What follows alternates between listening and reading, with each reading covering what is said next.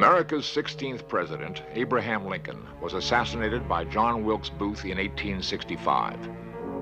9 people were brought to trial. 5 were imprisoned. 4 were hanged. Only circumstantial evidence convicted the conspirators. Was justice done?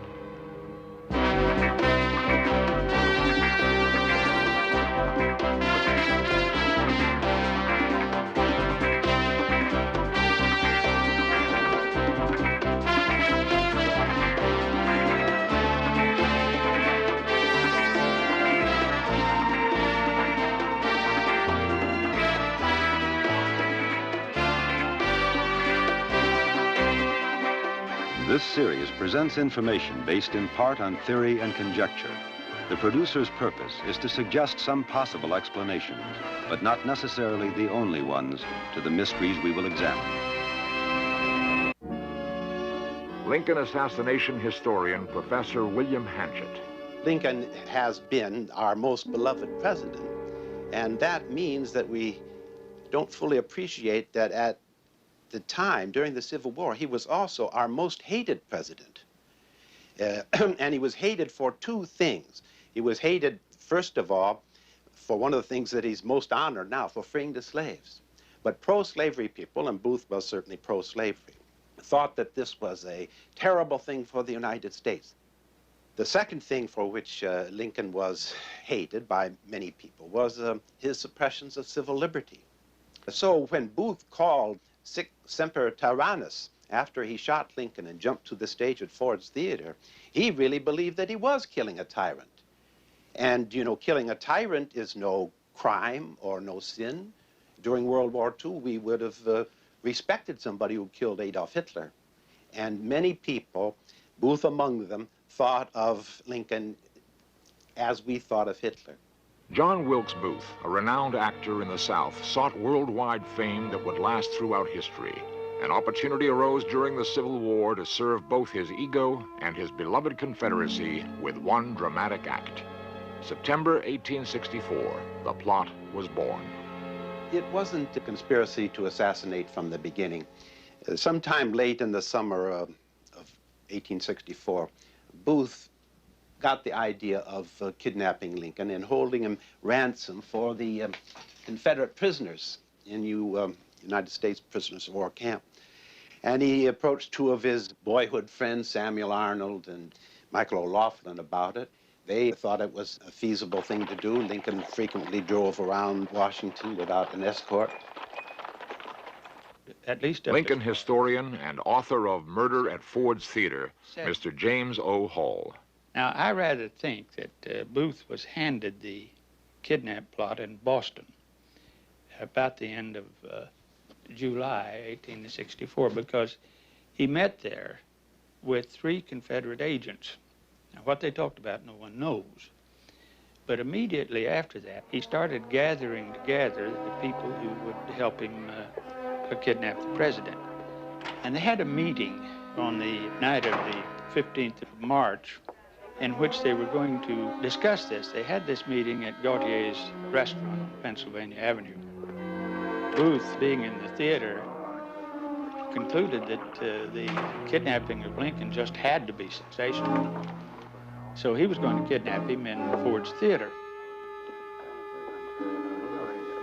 They all gathered together and got a little drunk and got into an argument about how they were going to kidnap Lincoln.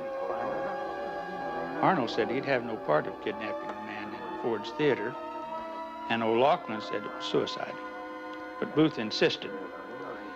The thing never came off, of course, in Ford's Theater. March 17th, 1865, a kidnap attempt was made. Booth learned that Lincoln was going to attend a matinee performance of Still Waters Run Deep at the Soldiers' Home on the outskirts of Washington, D.C. Historical reports are mixed on what really happened. This version is based on lectures given by John Surratt, one of the conspirators. Booth led 2 of his men out of the city toward the hospital. They were armed and prepared to confront Lincoln's carriage during its return to Washington.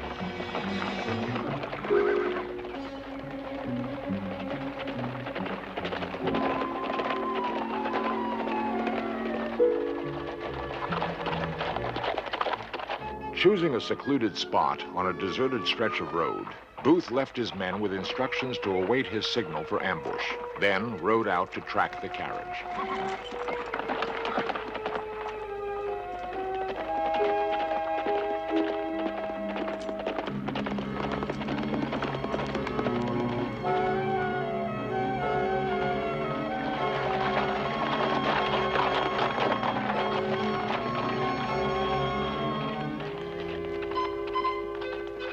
As he prepared to give the signal, Booth discovered that the occupant of the carriage was not Lincoln, but Chief Justice Salmon P. Chase. Booth rode off and raged at his failure. Later, he was to learn that Lincoln had stayed in Washington and delivered a battle flag to the governor of Indiana from a balcony of the National Hotel. It was the hotel where Booth lived.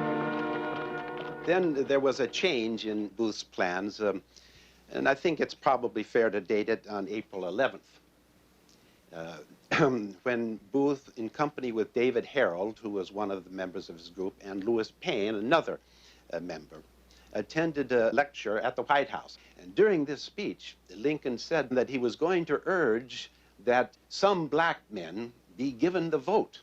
And Booth was outraged at this suggestion, and he turned to Payne right then and said, "Shoot him." And of course, Payne refused to do that. But then he turned to David Harold, the other companion, and said, "That's the last speech he'll ever make." So it's possible that then Booth did decide, if opportunity arose, that he would kill Lincoln. So you see, whether the kidnapping plot just came over into a plot to murder, whether it was one conspiracy or two, you have to remember this, that anytime anyone plans to kidnap a president of the United States, they must be prepared to kill. And they had armaments in the kidnapping plot. So it could be that this plan to kidnap Lincoln just drifted naturally in Booth's fanatical mind into a plot to murder. April 14th, Booth knew that Lincoln would attend Ford's Theater that evening. He met with members of his group still in Washington. It was only at this meeting that he told them that he was going to assassinate the president. And he gave Payne the assignment of killing Seward. He told Atzerodt to get Andrew Johnson.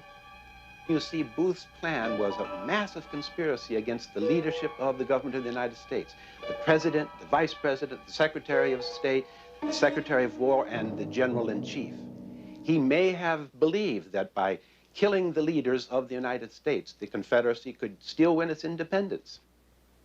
On April 13th, 1865, Booth wrote in his journal, "For 6 months we had work to capture, but our cause being almost lost, something decisive and great must be done."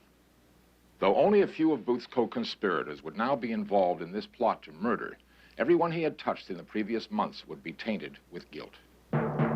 John Wilkes Booth, self-appointed leader. Lewis Payne Powell, held prisoner by the Union. George Atzerodt, ferrying contraband across the Potomac. David Harold, a rather dull youth who followed Booth blindly. Michael O'Laughlin, Confederate deserter and boyhood friend of Booth. Edmund Spangler, stagehand at Ford's Theater. Samuel Arnold, Booth's schoolmate, former Confederate soldier.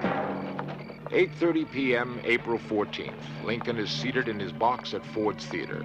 9:30, Booth rides up Baptist Alley behind Ford's Theater, dismounts, and calls for Spangler to hold his horse. Instead, a boy, Peanut John Burrow, responds. Booth enters backstage and crosses to the adjoining Star Saloon. There, he orders whiskey and waits as the rest of the plot unfolds throughout the city.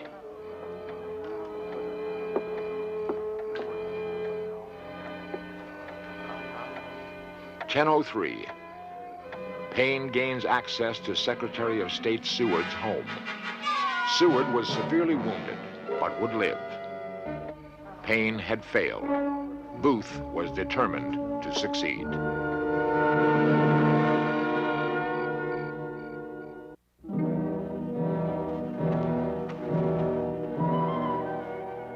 enters the theater from the front, climbs to the balcony, crosses to the president's box. Being familiar with the play, he knows at exactly what point there will be sustained laughter and applause.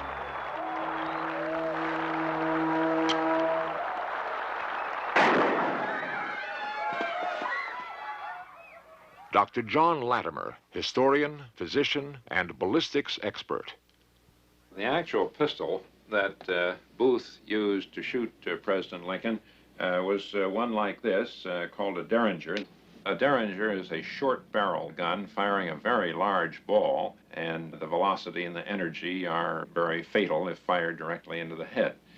Being a single-shot pistol, of course, was useless after it fired its shot, and Booth then threw it down and pulled out his hunting knife, and when the Major Rathbone that was in the box with him grappled with him, he stabbed him badly in the arm.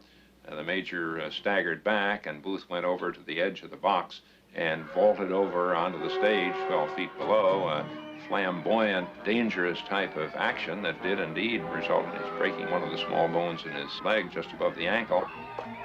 Booth ran from the theater and began his desperate drive towards freedom. He exited the alley with members of the audience in pursuit, rode down F Street, and across the Navy Yard Bridge into the Maryland countryside. Booth went to Soppers Hill to await David Herold. Herold was to lead Payne out of the city, but for reasons never explained, he arrived alone. From Soppers Hill, they went to Surrattville, arriving at the Surratt Tavern around midnight. Here, they were to pick up carbines, whiskey, and a pair of spyglasses. Mary Surratt, one of the accused conspirators, allegedly delivered these glasses for Booth on the morning of the assassination. 4 a.m., April 15th. Booth and Herold arrive at the home of Dr. Samuel Mudd. It is known that Mudd was acquainted with Booth. Whether he knew of Booth's deed remains a question. The broken leg was set and the boot was left behind. It was to become a damning piece of evidence. April 26th, federal troops captured Herold and cornered Booth at Garrett's farm. They set fire to the barn to smoke him out. The barn was brilliantly illuminated. They could all see Booth very clearly. And Booth came back first towards the corner of the barn, and Booth then decided that he couldn't fight the blaze and started towards the front door with his crutch and a very heavy Spencer carbine, fully loaded, in one hand. And as he went towards the front of the barn, he pulled out one of his revolvers from his belt, and almost immediately a pistol shot rang out. And down went Booth, shot through the neck. Then they dragged him out and up to the back porch of the farmhouse, and he died within about 2 hours. The cry then went up, who shot him? Because, you know, they certainly wanted to capture him and have him for testimony, and here he was dead. And the man that stepped forward was Boston Corbett. One of the great questions is whether Boston Corbett actually shot John Wilkes Booth or whether Booth committed suicide. We know that the bullet hole through John Wilkes Booth's neck went slightly downhill, and we knew the bullet came in from his right, went downhill, going to the left. Now, this enormous pistol, if you try to shoot yourself that way in the neck, you find that your arm isn't long enough to make it easy to do in this manner, and they surely would have seen him do it. You have to switch it around, and you have to use your thumb if you're going to do this in order to press the trigger, in order to make it create the kind of wound that Booth had. So it seems very unlikely just on that basis alone that he shot himself. And if you're going to shoot yourself in the side of the neck would be the last place you would want to do it, because you might miss. The question was asked, was it really Booth who had been shot? At the autopsy, Dr. Woodward took some pains to be sure who he was autopsying. He had witnesses in who identified Booth, and he then described on Booth's hand his initials, which Booth himself had tattooed on them as a child in a scraggly, childish scrawl, but which were undoubtedly his. Booth was buried in the old penitentiary. Another Booth was publicly dumped in the Potomac. Why?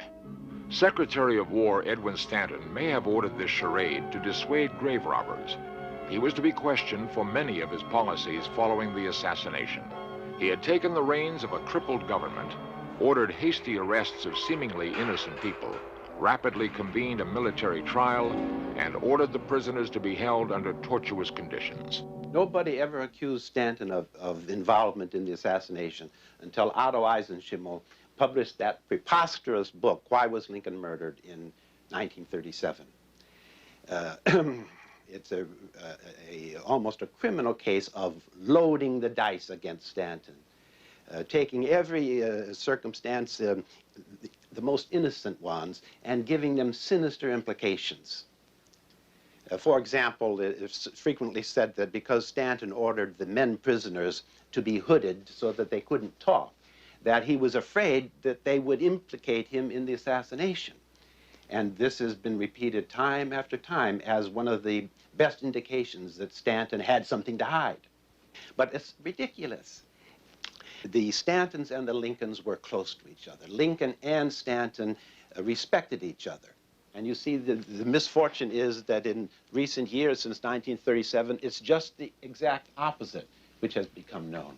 Atzerodt arrested April 14th. Michael O'Loughlin, Edward Spangler, and Samuel Arnold arrested April 17th. Trial historian Edward Steers. The trial was hampered by very serious legal questions, principal of which was due process. Military tribunals and commissions, unfortunately, didn't really represent defendants' peers. And the rules of evidence were markedly changed during a military tribunal and commission. That's not to say that the outcome would have been any different than it was had they been tried in a civil court in the District of Columbia. But needless to say, it caused a great deal of difficulty. Mary Surratt may have been convicted only to serve as bait for her son John, a primary suspect. The Surratt Society was formed to preserve her memory. Society President Joan Chaconis. There were actually three things that convicted Mrs. Surratt, I suppose, in the trial. One was the fact that she knew Booth. Her son introduced his mother to the actor John Wilkes Booth. He would come to the house to visit the son. If the son wasn't there, then he'd stop and chat with the ladies. And of course, this was all brought out during the trial, that Booth was there, and if he didn't talk with the son John, then he was talking to Mrs. Surratt, and what did they talk about? Whether she knew exactly what he was doing is questionable. However, if you're a mother today with a teenage son, you might have a suspicion that he's doing something that possibly he shouldn't be doing, but you probably don't think it's going to come to any evil or any harm. The second thing was Lewis Thornton Powell, the fellow who was told by Booth to go and kill the Secretary of State's steward. Well, unfortunately for Mrs. Surratt, just as the soldiers are at her house downtown questioning her about the whereabouts of her son, John Jr., and John Wilkes Booth, who should come knocking at the door but Lewis Thornton Powell. And the soldier in the house, detectives, they answer the door and wonder, who is he? What's he doing here? And he says, well, he came here because Mrs. Surratt wanted him to dig a ditch for her the next morning. This seemed very strange, and Mrs. Surratt was called to come out here and identify this man, and she said she didn't know who he was. The most damning evidence came from John Lloyd, keeper of the Surratt Tavern. The evidence that John Lloyd gave was that Mrs. Surratt gave him a message to have some shooting irons ready. Some people were coming by later to pick them up, and she gave him a package to deliver to those same people. Whether she knew what was in the package, this supposedly contained Booth's spyglasses. She didn't know what was in that package. These are all things that are based on circumstances, and there's nothing really, no concrete evidence to show that she really had anything to do or any knowledge that Booth was planning to kill the president. 5 members of the commission met and signed a clemency plea on behalf of Mary Surratt, asking Johnson to commute her sentence to life imprisonment. Holt maintains that on July 5th, when he presented the findings to Johnson, he also showed him the clemency plea, and that Johnson ignored it or turned it down. Johnson maintains that he never saw the clemency plea and was totally unaware of it, and upheld the final sentences as recommended by the commission. July 7th, 1865. The hangman was getting tired of taking this very stiff rope and making 8 turns on every one of the men's knots, and by the time he got to Mrs. Surratt, since he didn't think it would be used, he only put 5 turns on her knot. And then, to his horror, the knot was indeed used to hang her. Mary Surratt became the first woman to be hanged by the federal government. Did Booth go to Dr. Mudd's only for medical assistance? Some say Mudd also gave provisions. This could not be proven. Mudd was sentenced to life in prison on evidence that Booth's knee-high boot was found at his home. How many others were convicted on circumstantial evidence? It was the government's position that all of these individuals participated in the conspiracy to varying degrees, but all of them shared equally in the guilt of the murder of President Lincoln. Stanton, when he issued his order on May 6th, charging the formation of the military commission, had used the phrase that the commission was to remove the stain of innocent blood from the land. And I think, in fact, that's what the final sentencing was doing. Were the right people brought to trial? Could others have conspired to kill Abraham Lincoln? John Wilkes Booth pulled the trigger in the assassination of Lincoln. There was a conspiracy involved. Some of the details of that conspiracy may for all time remain cloaked in mystery.